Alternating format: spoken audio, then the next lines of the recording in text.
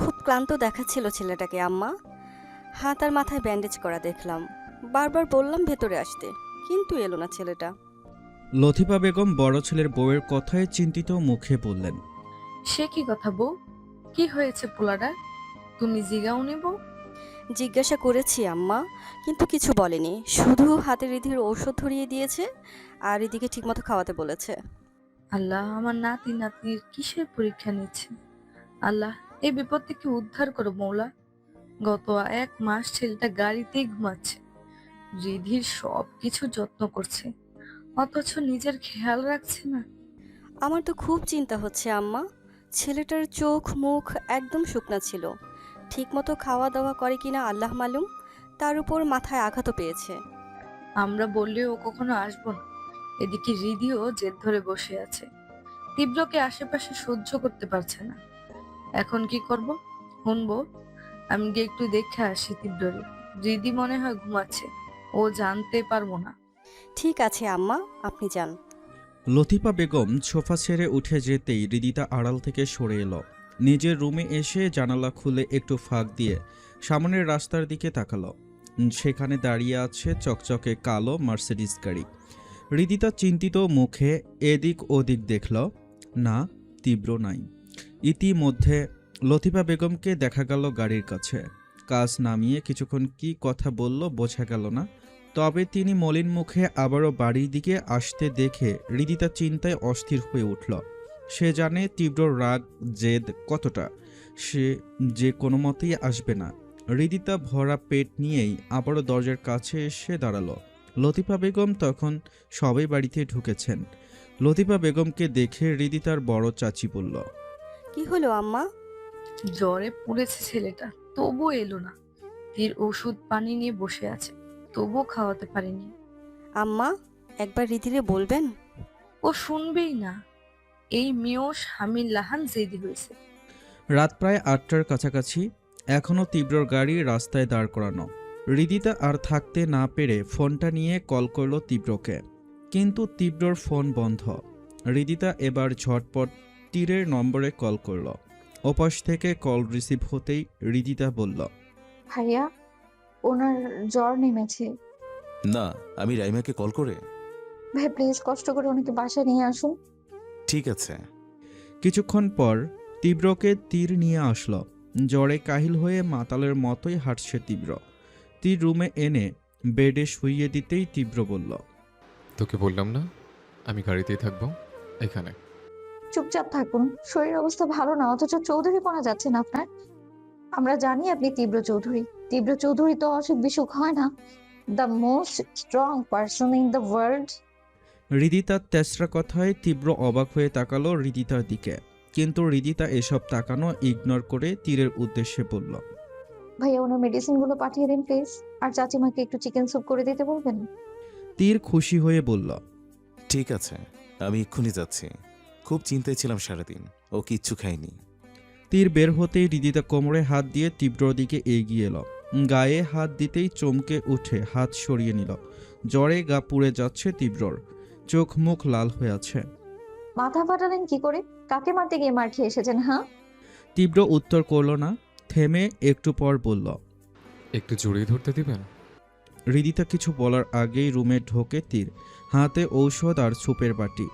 সেটা হৃদিতার দিকে এগিয়ে দিতে হৃদিতা বলল, ভাইয়া একটু খাইয়ে দিন। আমি খাবো না। হৃদিতার কথা শেষ না হতেই তীব্রর উত্তর শুনে হৃদিতা ফোঁস করতে করতে বলল, হ্যাঁ, তা খাবেন কেন? আপনারা সবাই তো পারেন শুধু আমায় কষ্ট দিতে। পেটের গুলো জ্বালিয়ে মারছে, সাথে তাদের গুঁড়ো যুক্ত হয়েছে। তীব্র মুখ ঘুরিয়ে শুয়ে পড়তেই হৃদিতা আরো ক্ষিপ্ত হয়ে উঠল। এই উঠুন, খেয়ে নিন, খবরদার এখন নাটক করবেন না একদম। হৃদিতা চেয়ার টেনে তীব্রর কাছে বসল।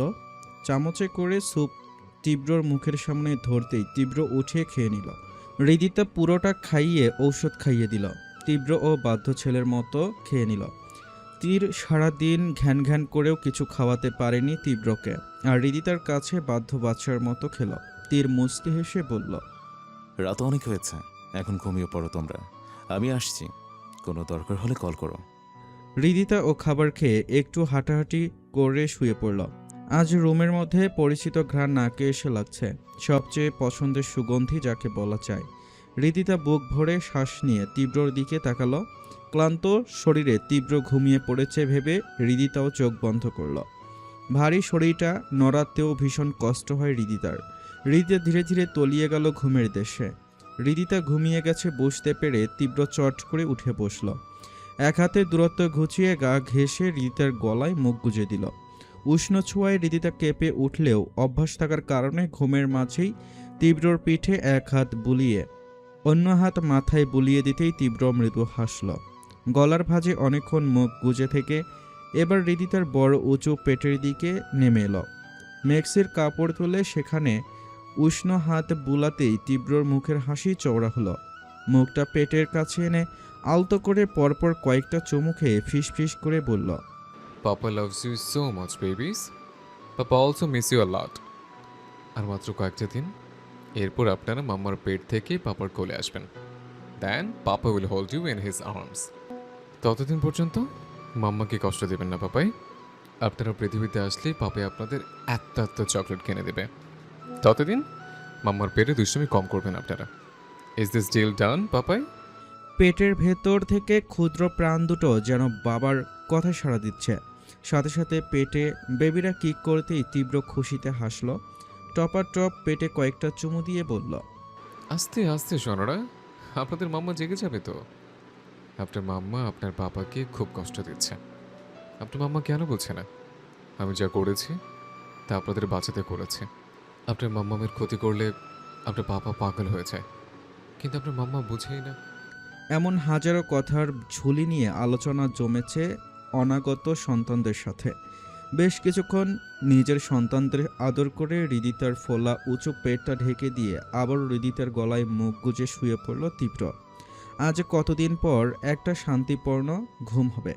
যদিও তীব্র এই ঘুম নিয়ে কম্প্রোমাইজ করতো না, জোর করে হলেও হৃদিতাকে চেপে ধরেই ঘুমাতো।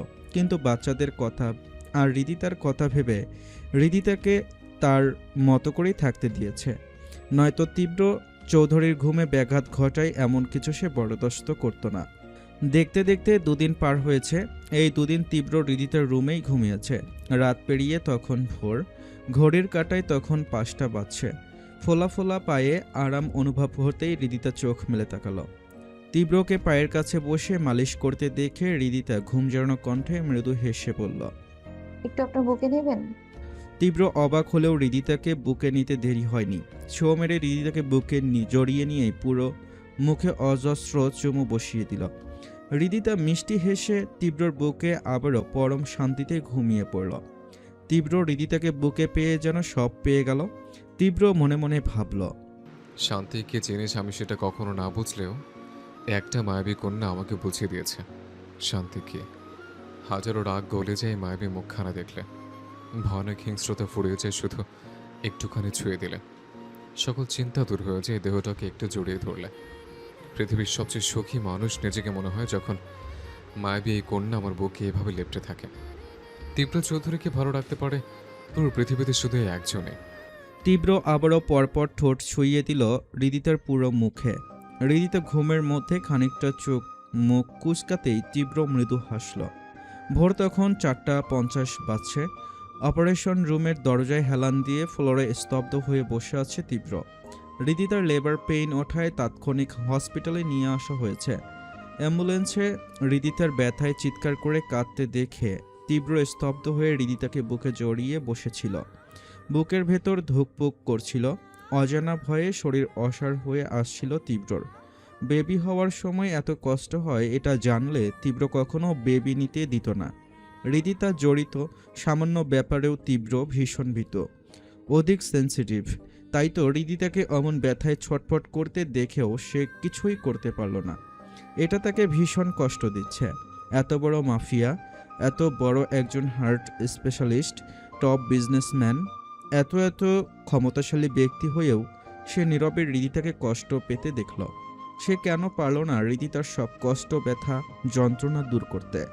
তীব্র, তীরের ডাকে তীব্র মাথা তুলে তাকালো। তীব্র চোখ দুটো লাল হয়ে আছে দেখে তীব্র দীর্ঘশ্বাস ফেলে তীব্রর ওই লাল টকটকে চোখ জোড়া দেখল। তীব্রকে এমন টলটলে চোখে দেখছিল বাবা মায়ের মৃত্যুর দিন। এরপর আর তীব্রকে কাঁদতে দেখেনি কখনো তীর। তীর মলিন হেসে তীব্রর কাঁধে হাত রেখে বলল, কিছু হবে না ভাই, রীতি আর বাচ্চারা সহি সালামতে তোর বুকে ফিরে আসবে ইনশাল্লাহ। ইনশাল্লাহ। কারো কথায় তীব্র মুখ তুলে তীরের পাশে তাকালো। পরিচিত ব্যক্তিটিকে দেখে মলিন হেসে বলল, আমি কিছুই করতে পারছি না, ওর খুব কষ্ট হচ্ছে দিদুন। ব্যক্তিটি তীব্রর মাথায় হাত রেখে বলল, একজন মা যখন তার সন্তানের মুখ দেখবে তখন কষ্টকে আর কষ্ট মনে হবে না দিবু। তবে হৃদি বেরিয়ে আপনাকে এই অবস্থায় দেখলে বেশি কষ্ট পাবে, বুঝলেন চৌধুরী সাহেব? ও শুধু ঠিকঠাক বেরিয়ে আসুক, আমি আর কিছুই চাই না। ঠিক তখনই অপারেশন থিয়েটারের দরজা খুলে বেরিয়ে আসলো রাইমা। হাতে সদ্য জন্মানো সাদা তোয়ালেতে জড়ানো একটা সাদা ফুটফুটে বাচ্চা। রাইমাকে দেখেই তীব্র আগের ফর্মে চেঁচিয়ে উঠে বলল, 1 ঘন্টা ধরে কি বাল ছিঁড়ছিলে? আমার বউ কই, বের কর ওকে। তীব্রর চেঁচিয়ে ওঠার শব্দে সদ্য জন্মানো বাচ্চাটা চমকে উঠে ঠোঁট ফুলিয়ে কান্না শুরু করলো। তীব্র কান্নার শব্দ শুনে স্তব্ধ হয়ে গেল। তোয়ালেতে মোড়ানো বাচ্চার দিকে তাকাতেই রাইমা বলল, রিমি একদম ঠিক আছে ভাই, তবে রাইমার কথাটা শুনেই তীব্রর ভ্রু কুঁচকে গেল। তবে কি? তোর দুজন যমজ ছেলে সন্তানের মধ্যে একজন একদম সুস্থ হলেও অন্যজন কিছুটা দুর্বল। হৃদির কাছে দেওয়ার মতো অবস্থায় ও নেই। তোকে এখন ওকে নিতে হবে। নিতে হবে মানে? মানে ওকে অবজারভেশনে রাখা হবে, আইসিইউতে। বেবির এখন মা অথবা বাবার উষ্ণ স্পর্শ দরকার। কথাটা শেষ করতেই একটা নার্স সাদা তোয়ালেতে জড়ানো অন্য একটা বাচ্চা নিয়ে অপারেশন রুম থেকে বের হলো। এই বাচ্চাটা একদম শান্ত আর নিথর হয়ে আছে। তীব্র তার দুইটা সদ্য জন্মানো বাচ্চাগুলোর দিকে গোল গোল চোখে তাকালো। একদম ছোট্ট, এইটুকু মাথা আর একটুখানি মুখ। তীব্র হাত বাড়িয়ে দুজনকেই সাবধানে কোলে তুলে নিল। পরম স্নেহে দুজনের কপালে চুমু দিয়ে তাদের কানে আজান দিল। বাবার উন্মুক্ত বুকের সাথে লেপ্টে থাকা প্রাণটার দিকে অনিমেষে তাকিয়ে আছে তীব্র। ঘণ্টাখানেক ধরে ছেলেকে বুকে নিয়ে বসে আছে তীব্র। ছেলেটা তার একদম নীরব আর শান্ত হয়ে ধীরে ধীরে নিঃশ্বাস ফেলছে। সদ্য জন্মানো বাচ্চার নাকে ক্যানোলা পরানো দেখে তীব্র মলিন মুখে বলল, চিন্তা করবেন না পাপাই, আপনি না পাপার স্ট্রং বয়, একদম ঠিক হয়ে যাবেন ভাইয়ার মতো। পাপা আছি তো, কিচ্ছু হতে দেব না আপনাদের, আই প্রমিস। বাবার কথায় বাচ্চাটা খানিকটা নড়ে চড়ে উঠল। তীব্র আদুরে হাত বুলিয়ে দিতে দিতে বাচ্চাকে বলল, কষ্ট হচ্ছে পাপাই? ছেলের রিয়াকশন বোঝার আগেই রুমে ঢুকে একজন ডক্টর বাবুকে টোকা মেরে চেক করতেই তীব্র কটমট দৃষ্টিতে তাকালো ডক্টরের দিকে। ডক্টর সাইফুল ভয়ত কণ্ঠে বললেন, স্যার আমি শুধু চেক করছি। তীব্র কঠিন মুখে বলল, ওর হার্টবিট স্বাভাবিক হয়ে এসেছে, শুধু শ্বাস প্রশ্বাস ধীরে ধীরে নিচ্ছে। জি স্যার, আসলে একটু দুর্বল তাই। মায়ের বুকের শালদুধ এখন ওর সবচেয়ে বড় শক্তি হলেও হৃদিতা সেই অবস্থায় নেই, তাই বাবার বুকের উষ্ণতা খুব দরকার বেবির। তীব্র ছেলের অসহায়ত্বে মলিন মুখে বলল, ওর কোনো সমস্যা নেই তো ডক্টর? ডক্টর তীব্রর প্রীতি আবেগে দেখে মুচকি হেসে বললেন, নো স্যার। ঠিক তখনই অপর বেবিকে নিয়ে রুমে ঢুকলো রাইমা। ছেলেটা গলা ফাটিয়ে চিৎকার করে কাঁদছে। রাইমা চিন্তিত মুখে বলল, হৃদির এখনো জ্ঞান ফেরেনি, আরও কেঁদেই চলছে। তীব্র ছেলের কান্না দেখে অন্য হাতে ছেলেকে বুকে জড়িয়ে ধরল। বাবার উষ্ণ স্পর্শে কান্না থামে বাচ্চাটার। দুই বাচ্চাকে একসাথে বুকের ওপর নিয়ে তীব্র মৃদু হাসল। বাবার উষ্ণতা পেয়ে দুজনেই চুপ করে আছে এখন। তা দেখে রাইমা হেসে বলল, অদ্ভুত এই মায়ের টান, কি সুন্দর দুজনে চুপটি করে বাবার বুকে লিপটে আছে। হৃদিতার জ্ঞান ফিরেছে কিছুক্ষণ আগে। তার যমজ ছেলে হয়েছে শুনে হৃদিতা অধীর আগ্রহে দরজার দিকে তাকিয়ে আছে, কখন তার ছেলেরা আসবে। হঠাৎ দরজা খুলে কাউকে প্রবেশ করতে দেখে হৃদিতা বিস্ময়কর দৃষ্টি মেলে তাকালো।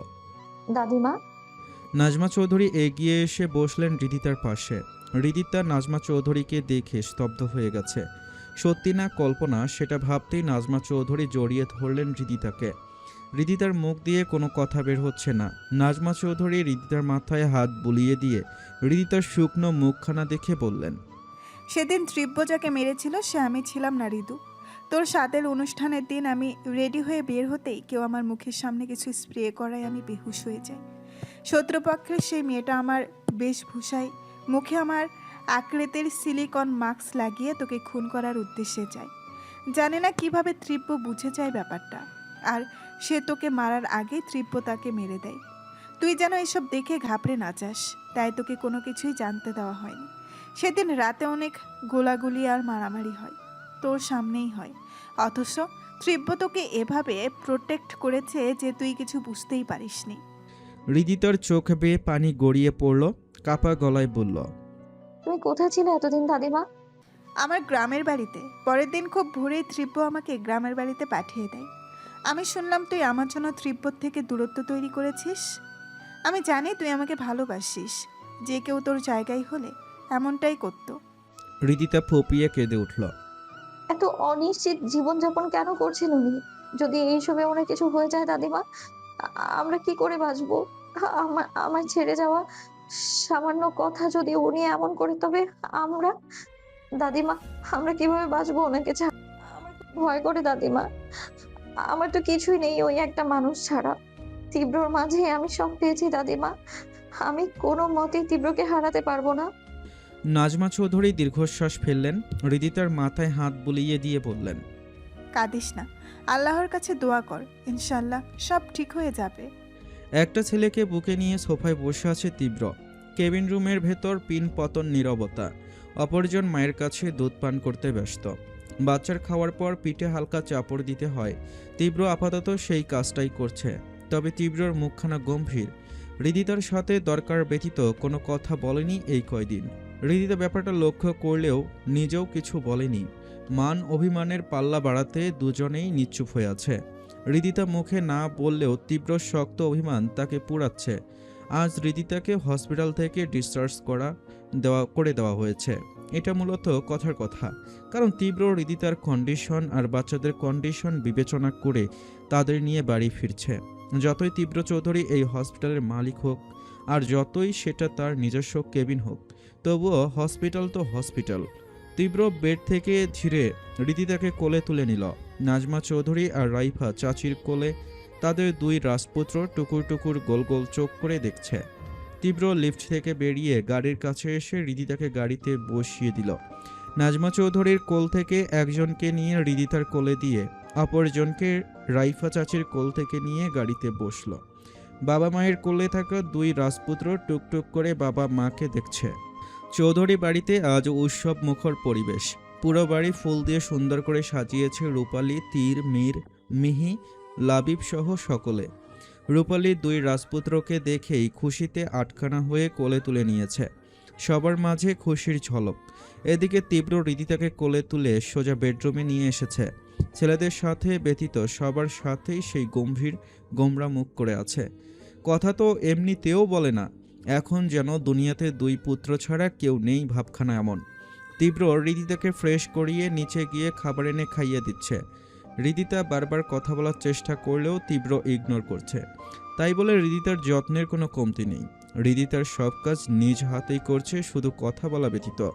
হৃদিতা এখন মোটামুটি সুস্থ, হাঁটা চলায় সমস্যা নাই। আজ প্রায় 1 মাসের মতো পার হয়েছে। হৃদিতা হাজার চেষ্টা করেও ব্যর্থ হয়েছে তীব্রর সাথে কথা বলতে। কাজে ব্যতীত তীব্র তাকে এড়িয়েই চলেছে। হৃদিতা কান্নাকাটি করলেও কোনো লাভ হচ্ছে না। আজ হৃদিতা তার দুই ছেলেকে নিয়ে সকালেই লতিফা বেগমের কাছে এসেছে। লতিফা বেগমের শরীর হঠাৎ খারাপ হওয়ার হৃদিতা দুই পুত্রকে নিয়ে হাজির হয়েছে। সাথে অবশ্য নাজমা চৌধুরী এসেছেন। সকাল থেকে তীব্রকে কল করলেও পাওয়া যাচ্ছিল না, তাই বাধ্য হয়ে নাজমা চৌধুরীর সাথে এসেছেন। এই রিদু, দুটোই তো দেখছি বাবার কপি হয়েছে রে। বড় চাচির কথায় হৃদিতা মুচকি হেসে বলল, হ্যাঁ, আমি ওদের মা, এটা অনেকেই মানতে চায় না। কেন মানতে চাইবে না? দুটাই বাপের মতো ধলা হয়েছে। ওই চোখ দুটো ছাড়া কিছুই আমার সাথে মেলে না। স্বভাবও বাপের মতো পেয়েছে। একটু 19-20 হলেই চেঁচিয়ে বাড়ি মাথায় করে ফেলে। 1 মাসের এইটুকু বাচ্চা দুটো আমাকে সারাদিন নাচিয়ে ছাড়ে। শুনেছি মানুষ ছেলে মেয়ে নিয়ে পড়াশোনা করে, আর আমি এদের দুইজনের পেছনে দৌড়াতে দৌড়াতে আমার সময় শেষ। যাই বল, ছেলে দুটো তোর মাশাআল্লাহ একদম রাজপুত্রের মতো দেখতে। আমারই নজর না লাগুক। থু থু। হৃদিতা বিরক্ত হয়ে বলল, হ্যাঁ, শুধু দেখতেই রাজপুত্রের মতো, নয়তো দুষ্টুর সর্দার ওরা। সারাক্ষণ মায়ের কোল থেকেও এদের মন ভরে না, যে অন্য কেউ একটু কোলে নেবে অমনি গলা ফাটিয়ে চিৎকার করে শুরু করবে। যদি পরিচিত মানুষ হয় তবে 15-20 মিনিটের অধিক তো থাকবেই না, খুব জ্বালাতন করে দুটো মিলে। কি দাদু ভাই, খুব জ্বালাতন করো আম্মুকে? হৃদিতার বড় চাচি দুজনের সাথে টুকটাক কথার মাঝেই বাড়ির কলিং বেল বেজে উঠল। এই সময় আবার কে এলো? আমি দেখছি চাচিমা। না, তুই বাবুদের নিয়ে ঘরে যা। কে না কে এসেছে আমি আগে দেখে আসি। তোর চাচা পই পই করে বলে দিয়েছে তোরা আছিস, তাই যেন হুটহাট করে দরজা না খুলি। খুব সাবধানে থাকতে হবে। হৃদিতা দীর্ঘশ্বাস ফেলে দুইজনকে কোলে নিয়ে রুমে চলে আসলো। দুজনেই চোখেই ঘুমে ঠুলুঠুলু করছে। হৃদিতা দুই পুত্রকে ঘুম দিয়ে ব্যালকনিতে গিয়ে বসলো। দুইটাই একদম ডিসিপ্লিন বাচ্চা, টাইমে খাবে, টাইমে ঘুমাবে। হৃদয় দূর আকাশে তাকিয়ে আছে। বাইরে নিজেকে যতটা সম্ভব শক্ত দেখালেও ভেতরে পুড়ে ছারখার হচ্ছে। তীব্র দূরত্ব তাকে তিলে তিলে শেষ করে দিচ্ছে। মাঝে মাঝে দম বন্ধ হয়ে আসে। কতদিন মানুষটা তাকে বউ বলে ডাকে না, তাকে কাছে টেনে নেয় না, উষ্ণ স্পর্শে ভরিয়ে তোলে না, আগলে নেয় না, কোনো আবদার করে না, দরকার ব্যতীত তার সাথে কথা পর্যন্ত বলে না। হৃদিতা কান্না করলেও মানুষটা একটু আদুরে হাত বুলিয়ে দেয় না, থামাই না। তীব্রর এই অসম্ভব পরিবর্তন হৃদিতাকে শেষ করে দিলেও সে অভাগী, এটা সে জানে। শত অবহেলা মুখ বুজে হাসি মুখে সহ্য করার অভ্যাস তো তার পুরনো, তাই তো তীব্রর এই অবহেলা সহ্য করেছে। যে মানুষটা তাকে বুকে না জড়িয়ে ঘুমাতো না, সে এখন ছেলেদের বুকে নিয়ে তার থেকে দূরত্ব বজায় রেখে ঘুমায়। হৃদিতা কান্না করলেও মানুষটা ফিরে দেখে না, একটু আদুরে কথা বলে না। হৃদিতার ভীষণ কষ্ট হয়, আবার ভাবে এটা তো তার নিয়তি, সুখ বেশি দিন স্থায়ী হয় না। মনে মনে অনেক কিছুই ভাবে হৃদিতা, তবে কোনো কুল খুঁজে পায় না। এই যে আজকেও কত কিছু ভাবছে, অথচ কোনো কুল খুঁজে পাচ্ছে না। তীব্র তার কল রিসিভও করে না আজকাল। এত দূরত্ব হৃদিতার আর সহ্য হচ্ছে না। সে তীব্রর সাথে এই ব্যাপারে কথা বলতে গেলেই তীব্র বলে, আপনি কি চান না আমি বাড়ি ফিরি? আমার ভালো লাগে না এই ব্যাপারে কথা বলতে। দয়া করে একটু একা ছেড়ে দিন আমাকে। তীব্র ঠান্ডা হুমকিতে আর তির্যকপূর্ণ কথায় হৃদিতার কথা গলায় আটকে থাকে। গলা দিয়ে বের হয়নি সেই মুহূর্তে, তবুও নিজেই নিজেকে বুঝায় সব ঠিক হয়ে যাবে, সব ঠিক হয়ে যাবেই। কখনো কখনো মনে হয় তীব্র বদলে গেছে, হয়তো এখন আর আমায় ভালো লাগছে না, হয়তো তীব্র চাহিদা এই পর্যন্তই ছিল। আবার তীব্রর করা পাগলামো ভালোবাসা মনে করে নিজেকে বোঝাই তীব্র ভালোবাসে আমায়, শুধুই আমায় ভালোবাসে। এত ভালোবাসা তো মিথ্যে নয়। হয়তো সময়টা খারাপ, কিন্তু সব ঠিক হয়ে যাবে। তীব্র তো আমার ম্যাজিক ম্যান, নিশ্চয়ই জাদুর কাঠি দিয়ে উনি সব ঠিক করে দেবেন। হৃদিতা পাশে অবহেলিত ফোনটা হাতে তুলে কল করলো তীব্রর নাম্বারে। এবার রিং হচ্ছে, কয়েকবার রিং হয়ে কলটা রিসিভও হয়েছে। তবে ওপাশ থেকে একটা মেয়েলি কণ্ঠস্বর ভেসে এলো। জি, কে বলছেন? হৃদিতা অবাক হলো না, এটা তীব্রর নতুন জয়েন্ট হওয়া বিয়ে। সে জানে এই ব্যাপারে, যদিও এসবে তার কোনো সমস্যা ছিল না কখনো, না আর এখনও আছে। তীব্রর প্রতি তার পুরো বিশ্বাস আছে। উনি মানে তীব্র চৌধুরী কে আছে? মেয়েটা মিষ্টি কণ্ঠে বলল, সরি ম্যাম, স্যার তো অফিস থেকে চলে গেছে সেই বিকেলে। ফোনটা ভুল করে অফিসেই রেখে গিয়েছেন। আমি অফিস থেকে বাসায় ফিরছি, যাওয়ার পথে ফোনটা স্যারের বাড়িতে দিয়ে আসবো। তবে আপনি কে? নাম্বার সেভ করে নেই বুঝি? জি না, আসলে স্যার দুপুরের দিকে এই নতুন ফোনটা কিনেছেন, তাই নাম্বার সেভ করা নেই। ও আচ্ছা, আপনি বাসায় ফোনটা পৌঁছে দিন, আমি পরে ফোন করব। হৃদিতা কল কেটে আবারও দূর আকাশের দিকে তাকালো। অদূরে কোথা থেকে ভেসে আসছে হিন্দি গানের লাইন। ছোকরা ছেলেরা হয়তো মুন্সি মিয়ার দোকানে সন্ধ্যার চায়ের আড্ডায় গানটা শুনছে, সাথে নিজেরাও গাইছে। सैयारा तू तो बदला नहीं है, मौसम जरा सा रूठा हुआ है। सैयारा तू तो बदला नहीं है, मौसम जरा सा रूठा हुआ है। हाय मैं मर ही जाऊं जो तुझको ना पाऊं, बातों को तेरी मैं रात बिताऊं। होठों पे लम्हा लम्हा है नाम तेरा है, तुझको ही गाऊं मैं, तुझको पुकारूं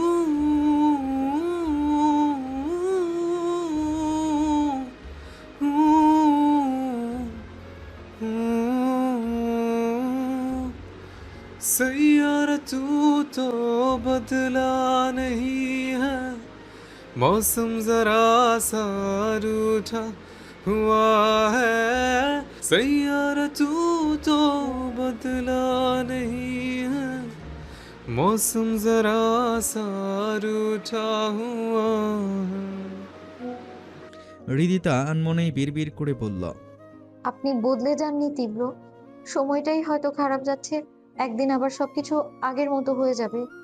পুত্রদের কান্নার শব্দে হৃদিতা তাড়াতাড়ি রুমে আসলো।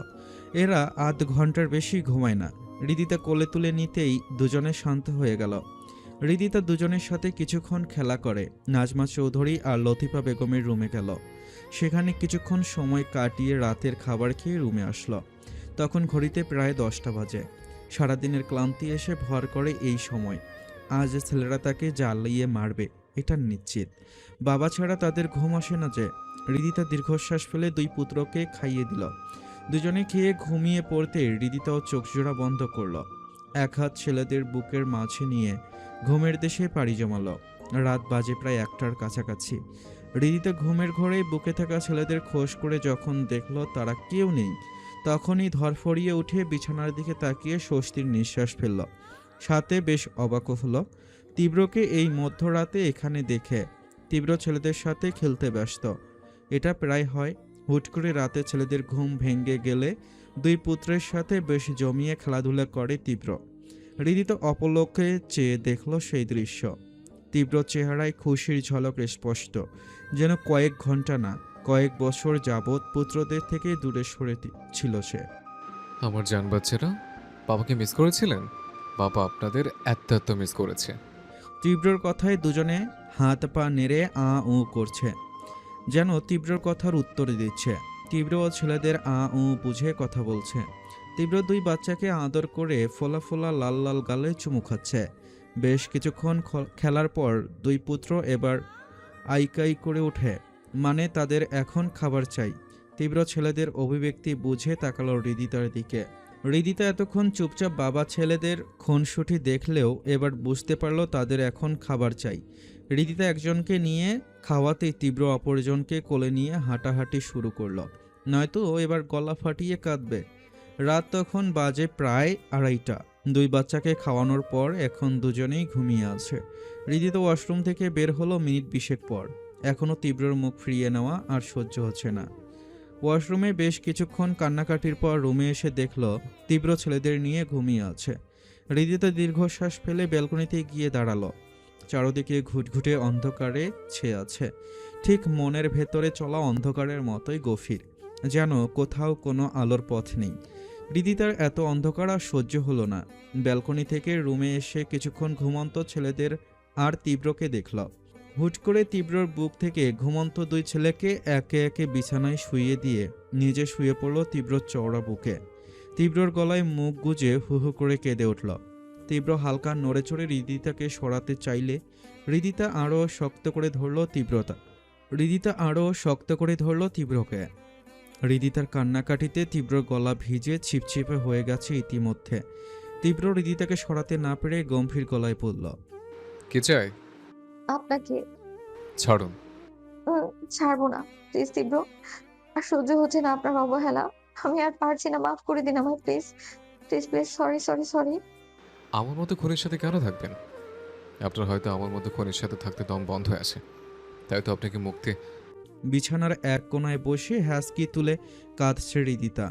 তীব্র হৃদিতাকে কাঁদতে দেখে বিরস মুখে ঠোঁটে হাত দিয়ে দেখল রক্ত বের হচ্ছে। জঙ্গি বিল্লির মতোই পুরো 15 মিনিট ঠোঁটের ওপর অত্যাচার চালিয়ে এখন আবার নিজেই হেসকি তুলে কাঁদছে।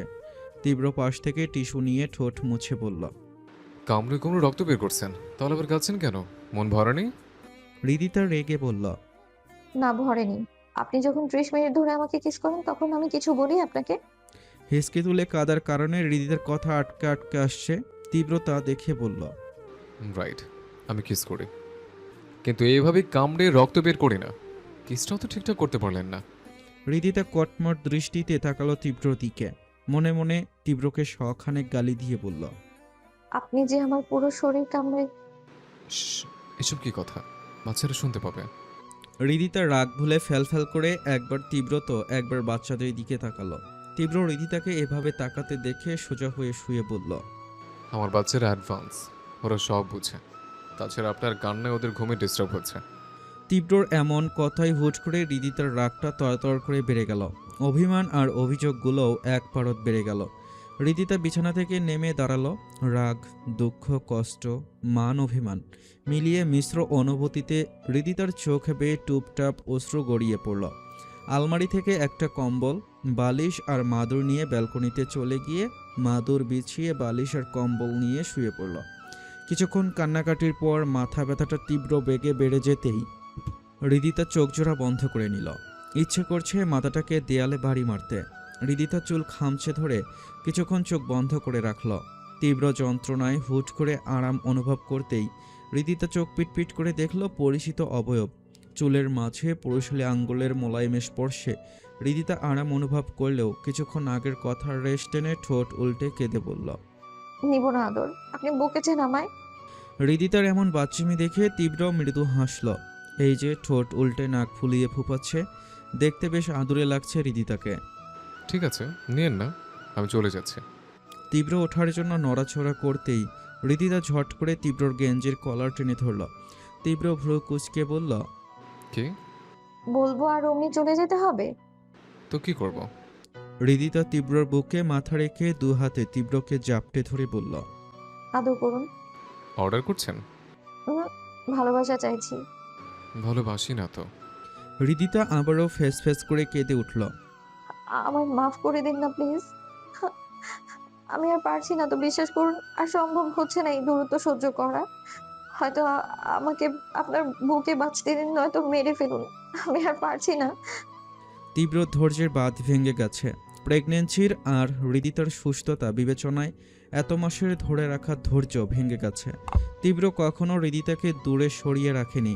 হ্যাঁ, দূরত্ব অনুভব করিয়েছে, তবে ছেড়ে দেয়নি। প্রতি রাতে গভীর ঘুমে মগ্ন থাকা হৃদিতার বুকের আশ্রয় না পেয়ে ঘুমায়নি। সারাদিন নজরে নজরে রেখেও দূরত্ব বজায় রেখেছে। কিন্তু মধ্যরাতে গভীর ঘুমে মগ্ন থাকা হৃদিতার ছোট্ট বুকেই তার সকল অস্থিরতা দূর করেছে। শরীরের ঘ্রাণ শুকে পেয়েছে বিশাল স্বস্তি। এই স্বস্তি, এই শান্তি সবটা এই নারীর মাঝেই রয়েছে। দুনিয়ার কোথাও এই সুখ শান্তিটুকু নেই। তীব্র চৌধুরী নিজের এই শান্তি স্বস্তি থেকে দূরে থাকবে এটা মানা যায় না। তীব্র গভীর জলের মাছ, যা হৃদিতার ধারণার বাইরে। সময় তার আপন গতিতে এগিয়ে চলতে থাকলো। এর মধ্যে কেটে গেছে অনেক কয়টা মাস। ঘুমাচ্ছিস না কেন? তোর শরীর অসুস্থ শালা আমার, একটু ঘুমা। তীব্র তীরের কথায় বিরক্তি নিয়ে চবর্গীয় শব্দটা বের করে গম্ভীর মুখেই বলল, ঘুম আসছে না তো বাল। কখন থেকে ভাঙা রেকর্ডের মতো একই কথা বলেই যাচ্ছিস। শালা কাল থেকে ঠিকঠাক ঘুমাচ্ছিস না, অসুস্থ হয়ে পড়বি বাল। I'm fine. আল ফাইন তোর শালা। কি এক পাবলিক মাইরি তুই! নিজে মরবি, সাথে সব কয়টাকে নিয়ে মরবি। কে তোরে ডাক্তার বানাইছে? একবার সামনে পেলে তাকে। তীব্র তীরের কথার তোয়াক্কা না করে চুপচাপ 9 মাসের রৌদ্রকে বুকের সাথে জড়িয়ে ভালোভাবে তার ছোট্ট শরীরটা কম্বল দিয়ে মুড়িয়ে নিল। হালকা ঝুঁকে কপালে চুমু দিতেই রৌদ্রের গা আর কাপড় থেকে হৃদিতার গায়ের সুবাস পেল। হৃদিতার রৌদ্রকে খাইয়ে ঘুম পাড়িয়ে তবেই তীব্রর কাছে দিয়েছে। এতক্ষণ রৌদ্র মায়ের স্পর্শেই ছিল বিধায় হৃদিতার শরীরের সুবাস পাচ্ছে। তীব্র মন ভরে সেই সুবাসটুকু টেনে নিল নিজের মাঝে। কাল থেকে এখন অবধি বালের বউটাকে দেখেনি সে, না কোনো স্পর্শ পেয়েছে। আর এই না পাওয়ার কারণেই ঘুম হারাম হয়ে গেছে তার। অথচ তীব্র নিজেও একজন হার্ট স্পেশালিস্ট সার্জন হিসেবে জানে তার জন্য এই মুহূর্তে ঘুমটা অতীব জরুরি। তবুও সে হৃদিতার স্পর্শ নিতে নারাজ। মরে যাবে যাক, তবুও ওই মহিলার স্পর্শ নিবে না তীব্র। বর্তমানে এটাই তার জেদ। আবার এটাও বলছে তার রুমে হৃদিতা প্রবেশ করতে পারবে না। যদি হৃদিতা রুমে বা তার সামনে আসে তবে সে নিজের চিকিৎসা করবে না। তীব্রর জেদ, রাগ সম্পর্কে ধারণা আছে হৃদিতার। যতই ভালোবাসুক, কাল যা করেছে হৃদিতা, তবে তীব্রর এইটুকু রাগ তাকে সহ্য করতেই হবে। সামনে গেলে দেখা যাচ্ছে সত্যি সত্যি নিজের চিকিৎসা করাবে না। তাই কাল থেকে দরজার বাইরে বসে আছে রিদিতা। হাজার বলেও রিদিতাকে অন্য রুমে বিশ্রামের জন্য নিতে পারেনি কেউ। শুধু ছেলেদের খাওয়ানো ব্যতীত সেখান থেকে সরেনি। তীব্র নিজের চিকিৎসা নিজে করলেও তীব্রর সিনিয়র ডক্টর দেখছেন তীব্র রিপোর্ট অনুযায়ী ঔষধের পাশাপাশি 12 থেকে 24 ঘন্টার ঘুম জরুরি তীব্রর। ঘুমের ঔষধেরও বিশেষ প্রভাব পড়ছে না। 1-2 ঘন্টা ঘুমিয়ে জেগে উঠছে তীব্র। ডক্টর রাইহান হক এসেছে তীব্রর সাথে আবারও দেখা করতে। ডক্টর হক একজন হার্ট সার্জন, তীব্র সিনিয়র। তিনি মিষ্টি হেসে বললেন, এখন কেমন লাগছে ইয়াংম্যান? Feeling better? তীব্র গম্ভীর মুখেই বলল, বেটার। ডক্টর হক তীব্র রিপোর্ট দেখে বললেন, তোমার ঘুম কম হচ্ছে তীব্র। জানি। তবে তীব্র আর উত্তর করল না।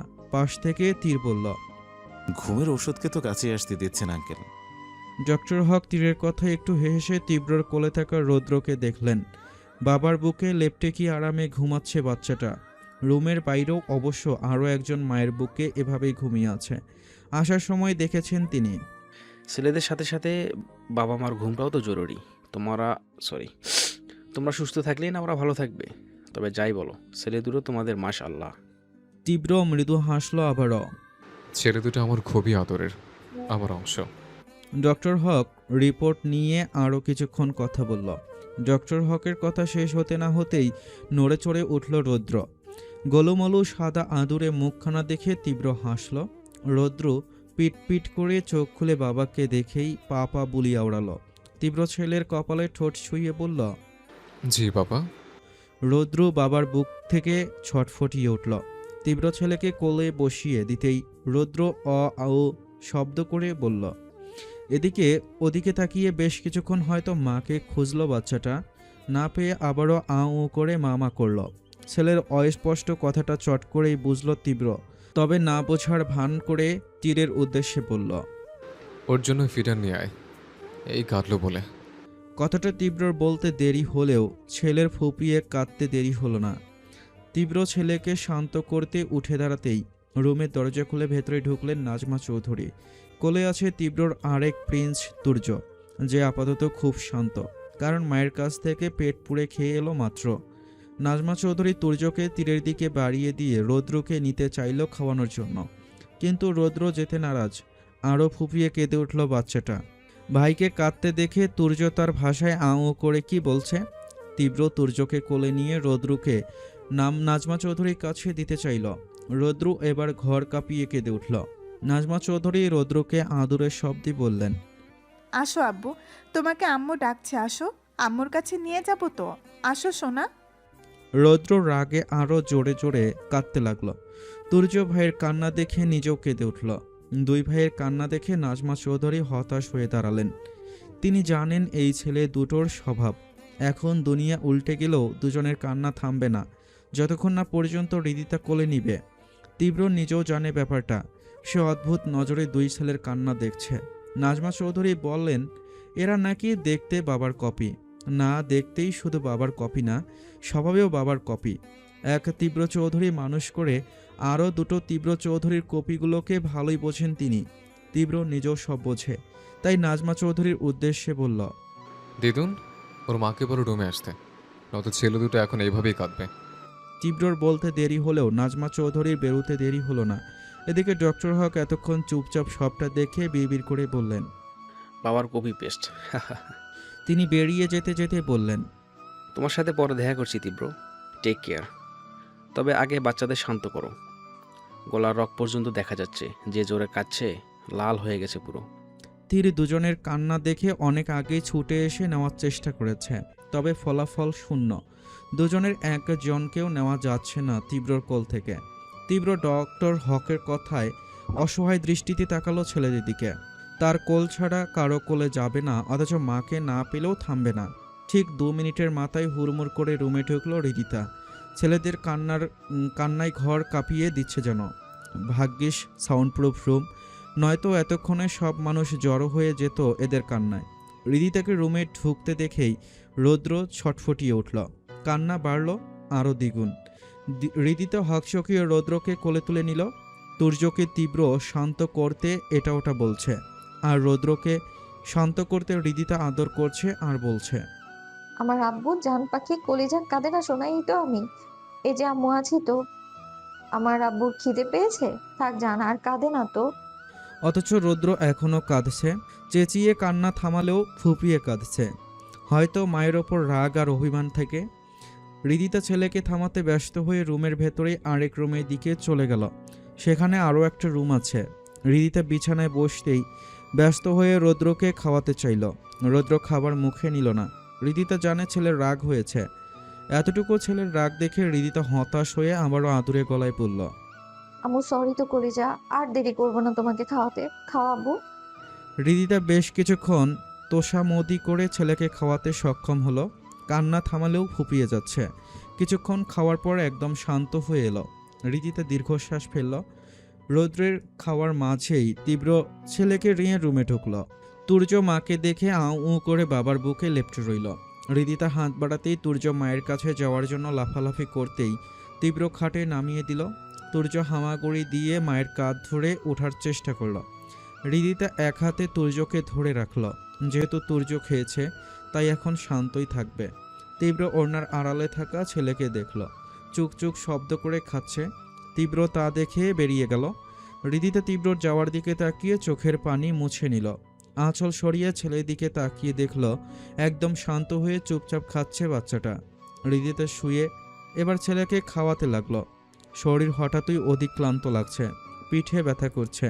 তুর্য মায়ের কাছে কাছে বসে আউ করছে। রৌদ্রের খাওয়া শেষ হতেই হৃদিতা দেখল রৌদ্র আবারও ঘুমে ঢুলুঢুলু করছে। হৃদিতা ঘড়ির দিকে তাকিয়ে দেখল রাত 10টা বাজছে। হৃদিতা রৌদ্রকে বুকের এপাশে তুলে নিল। মায়ের পরশ আর আদুরে ছোঁয়ায় একটু পরেই ঘুমিয়ে পড়ল। হৃদিতা তুর্যকেও বুকে জড়িয়ে ধরল। একটু পরেই তুর্য ও মায়ের স্পর্শেই ঘুমিয়ে গেল। হৃদিতা দুই ছেলেকে বুকে জড়িয়ে নিয়ে চোখের পানি মুছতে মুছতে ভাবল কালকের ঘটনা।